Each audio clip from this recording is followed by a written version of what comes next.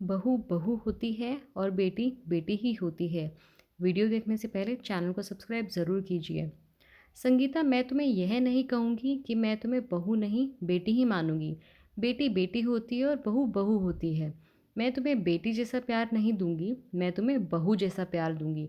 रह रहकर होने वाली सास के ये शब्द मेरे दिमाग में हथौड़े की तरह वार कर रहे थे।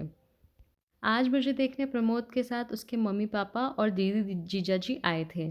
प्रमोद और मैं दोनों ही इंजीनियर हैं। प्रमोद की जॉब मुंबई में थी और मेरी बैंगलोर में।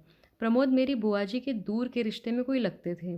बुआ जी फूफा जी प्रमोद की और उनके परिवार की तारीफ करते थकते नहीं थे। प्रमोद की मम्मी तो बुआ जी इतनी तारीफ करती थी जैसे कि वो खुद इंजीनियर है। पति और बेटा दोनों इंजीनियर है तो जाहिर है कि पैसों की कमी नहीं है, लेकिन घमंड नाम की कोई चीज़ नहीं थी। लड़ाई झगड़ा करना तो उन्हें आता ही नहीं। उलट उनकी हमेशा यही कोशिश रहती है कि उनकी वजह से किसी का दिल ना दुखे। खुद इंजीनियर होने के बावजूद और इतना पैसा होने के बावजूद वे खुद खाना बनाती, सिर्फ सब्जी आदि काटने के लिए काम वाली की सहायता लेती। उनका मानना है कि खाना हमें स्वयं बनाना चाहिए ताकि घर के सदस्यों को शुद्ध और सात्विक भोजन मिले। इतनी तारीफ सुनकर मुझे मन ही मन लग रहा था कि यह संबंध हो जाता है तो मैं अपने आप को बहुत खुशनसीब समझूंगी, क्योंकि कहा जाता है कि पति पत्नी के गुण नहीं मिले तो चलता है, लेकिन सास बहू के गुण मिलने चाहिए, तभी शादीशुदा ज़िंदगी खुश रहती है। यही सोचकर मैं खुश हो रही थी और मुझे अच्छी सास मिलने वाली है। लेकिन आज जब उन्होंने बहू जैसा प्यार वाली बात कही तो उसके बाद मुझे समझ नहीं आ रहा था। आज तक कहीं ये नहीं सुना था कि हर सास ऐसा कहती है, तुम मेरी बहू नहीं बेटी हो, मैं तुम्हें बेटी जैसा प्यार दूंगी। लेकिन यहाँ तो उल्टा हो रहा है, बहू जैसा प्यार। घर के सभी को आशंका हो रही थी शादी के बाद वो फिल्मों वाली ललिता पवार टाइप की सास ना बन जाए। यदि ऐसा हुआ तो मेरा क्या होगा। लेकिन सिर्फ एक बात को नज़रअंदाज किया जाए तो बाकी सभी अच्छी होने की बातें लग रही है। ये रिश्ता हो जाना चाहिए, आखिरकार शादी हो ही गई। मेरी शादी तो हो गई, लेकिन दिमाग में हर वक्त मम्मी जी के शब्द बहू जैसा प्यार गूंजते रहते थे। इसलिए मैं मन ही मन डरी हुई थी। मैं प्रमोद से इस बारे में बात नहीं कर सकती थी, क्योंकि मुझे डर था कि कहीं प्रमोद यह न समझ बैठे कि शादी होते ही मैं मम्मी के खिलाफ उनके कान भरना शुरू कर दिए। इसलिए मैंने मन ही मन में फैसला किया था कि मैं अपना हर काम इतना परफेक्शन से करूँगी कि मम्मी जी को शिकायत का मौका ही नहीं मिलेगा। जब शिकायत का मौका ही नहीं मिलेगा तो ये ललिता पवार नहीं बन पाएगी। इस बात को मेरे ऊपर इतना असर हुआ कि मैं हर वक्त डरी डरी सी रहने लगी। प्रमोद ने तो 2-3 बार प्रेम से पूछा, क्या बात है, तुम खुश नहीं दिखती, तुम्हें किसी ने कुछ बोला क्या। मैं उन्हें क्या बोलती, मैंने इतना ही कहा, नहीं ऐसी कोई बात नहीं, नया घर नया वातावरण सब कुछ नया होने से शायद मैं अपने आप को एडजस्ट नहीं कर पा रही। धीरे धीरे सब ठीक हो जाएगा मम्मी जी। पापा जी मेरा बहुत ख्याल रख रहे थे, हर वक्त बहुत प्यार से पेश आते, लेकिन मेरे मन में जो बहू जैसा प्यार की गांठ बन चुकी थी वो निकल नहीं पा रही थी। सब लोग कहते हैं ना कि शादी के बाद कुछ दिनों तक ससुराल के सभी लोग अच्छे से रहते हैं, असलियत तो धीरे धीरे सामने आती है। अभी तो शुरुआत है, इसलिए ये लोग प्यार जता रहे हैं। धीरे धीरे मेरा मन इन्हीं सब आशंकाओं से ग्रस्त रहने लगा। शादी के 8-10 दिनों के बाद की बात है। मैं चाय बनाने के लिए दूध के गंज 3 लीटर दूध था, मैं से दूध निकालने लगी तो न जाने मेरे हाथ से सांडसी बराबर पकड़ी नहीं गई और गंज हाथ से छूट गया। पूरा का पूरा गर्म दूध नीचे गिर गया। मैं इतनी ज़्यादा डर गई कि पूछो मत। कहाँ तो मैं सोच रही थी कि मैं हर काम पूरा परफेक्शन से करूँगी, और कहाँ ये दूध। उसमें भी खास बात यह थी कि दूध वाला सिर्फ दिन में एक बार सुबह ही दूध लाता था। पैकेट के दूध में मिलावट होने से घर में नहीं लाते थे। सभी लोग चाय का इंतज़ार कर रहे थे। गंज गिरने की आवाज़ सुनकर मम्मी जी ने बाहर से ही आवाज़ लगाई, संगीता क्या हुआ। मैं तो इतनी ज़्यादा डर गई कि मेरे मुंह से आवाज़ ही नहीं निकली। तब मम्मी जी खुद किचन में आए। मम्मी जी को सामने देख मैं डर गई। मुझे लगा कि ये वे अब ज़रूर ललिता पवार बन जाएगी, क्योंकि अब कल सुबह तक किसी को भी चाय नसीब नहीं होने वाली और सभी को चाय पीने की आदत है। मम्मी जी ने गिरे हुए दूध की तरफ और मेरी तरफ देखा और मैं बम फटने का इंतज़ार करने लगी। बस अब फटा बम, अब फटा। लेकिन ये क्या, ये बम तो फुसका निकला। मम्मी जी मेरे पास आई और बोले, कोई बात नहीं संगीता, तुम इतनी क्यों डर रही हो, तुमने कोई जानबूझकर थोड़ी ना गिराया दूध, हो जाता है कभी कभी, कोई बात नहीं, तुम रिलैक्स हो जाओ। लेकिन मम्मी जी अब चाय कौन से दूध से बनेगी, दूध वाला तो कल आएगा, मैं अभी पैकेट का दूध बुला लेती हूँ। लेकिन आप ही ने तो कहा था कि यहाँ पैकेट का दूध नहीं लाते हैं। लाते तो नहीं हैं, लेकिन सभी को चाय एक तरह का नशा हो गया है, तो चाय के बिना तो नहीं रहेंगे, इसलिए इमरजेंसी में एक आध बार चलता है पैकेट का दूध। हम लोग ऑफिस में चाय पीते हैं ना, वहाँ कौन से दूध का उपयोग किया गया है क्या हमें पता चलता है? ऑफिस में हमारी मजबूरी है, लेकिन घर में जहाँ तक संभव हो शरीर के दृष्टिकोण से जो अच्छा रहता है वो करना चाहिए। इसलिए अपन पैकेट का दूध नहीं लेते, लेकिन एक आध बार में कुछ नहीं होता, रोज़ रोज़ थोड़े ही दूध गिर जाएगा। अब तुम रिलैक्स हो जाओ।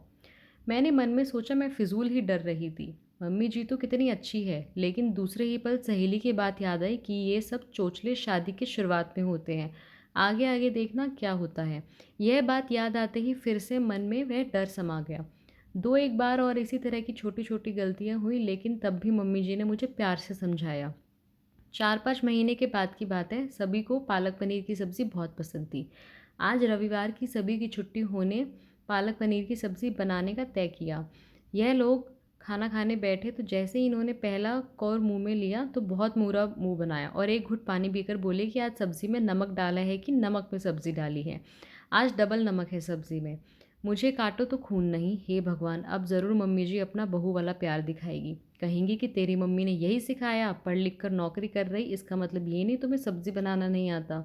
तुम्हारी माँ ने तो कहा था कि मेरी बेटी को सब आता है, फिर ये क्या? मैं ये सब सोच रही थी कि मम्मी ने मुझे ज़ोर से झंझोड़ा, संगीता संगीता संगीता, तुम ठीक हो? क्या हुआ? तुम काँप क्यों रही हो? रो क्यों रही हो? क्या हो गया तुम्हें? अ अ संगीता की कुछ आवाज़ नहीं निकल रही थी। नहीं, वो सब्ज़ी, मम्मी जी सॉरी ना, मालूम आज कैसे नमक डबल हो गया। अब सब लोग खाना कैसे खाएंगे? फूल गोभी की सब्ज़ी, दाल, चटनी और अचार है ना, खा लेंगे, तू घबरा मत। लेकिन आगे से सब्ज़ी बनाते वक्त थोड़ा ध्यान रखना। दोपहर में जब मैं और मम्मी जी अकेले थे, तब वो बोली, शादी हुई है तभी से मैं देख रही हूँ कि तू फ्री नहीं लग रही हो। ऐसा लगता है कहीं खोई खोई सी, डरी डरी सी लगती हो। क्या बात है? यदि तुम मुझे नहीं बताओगी तो हम समस्या का निदान कैसे कर पाएंगे? यहाँ तुम्हारी मम्मी नहीं है, लेकिन मैं तो हूँ। तुम मुझे अपनी मन की बात बता सकती हो। उनके इतने प्रेम से बोलने पर मैं अपने आप को रोक नहीं पाई और रोने लगी। उन्होंने मुझे अपनी बाहों में भर लिया। अब बता, क्या बात है? मम्मी जी, जब आप मुझे देखने आई थी तो आपने कहा था ना कि आप मुझे बेटी जैसा प्यार नहीं, बहू जैसा प्यार करेगी। हाँ, कहा था तो। बहू जैसा भी कोई प्यार होता है क्या? बहू की छोटी से छोटी गलती पर भी उसे इतना प्रताड़ित किया जाता है कि मानो उससे बहुत बड़ा गुनाह हो गया हो। इसलिए मुझे लगा कि आप मेरी छोटी से छोटी गलती पर भी महाभारत रचेगी, इनको मेरे खिलाफ भड़काएगी। इसी सोच के चलते मैं हर वक्त डरते रहती हूँ कि मुझसे कोई गलती नहीं होनी चाहिए। मुझ पर नाराज़ होने का आपको कोई मौका नहीं मिलना चाहिए। सच बताऊं तो आज तक मुझसे जो भी गलतियां हुई हैं वो इसी घबराहट के चलते हुई, लेकिन मेरी एक बात समझ में नहीं आई, बहू जैसा प्यार करूंगी ऐसा कहने पर आपने आज तक अपना सासूपना नहीं दिखाया और मुझे डांटा भी नहीं। फिर आपने ऐसा क्यों कहा था कि आप बहू जैसा प्यार करेगी?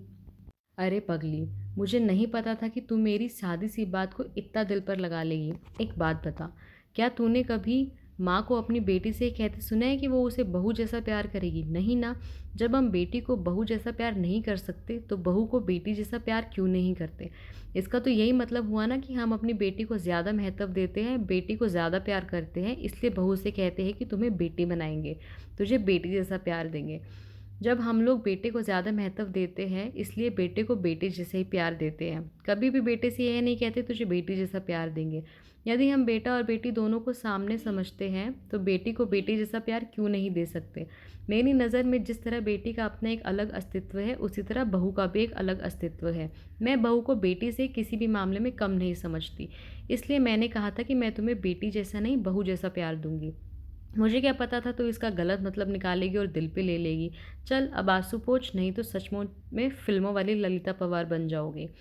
उन्होंने यह बात उस अंदाज में कही थी कि हंसते हंसते हम दोनों का बुरा हाल हो गया। आज मुझे पता चला कि बहू वाला प्यार क्या होता है। धन्यवाद।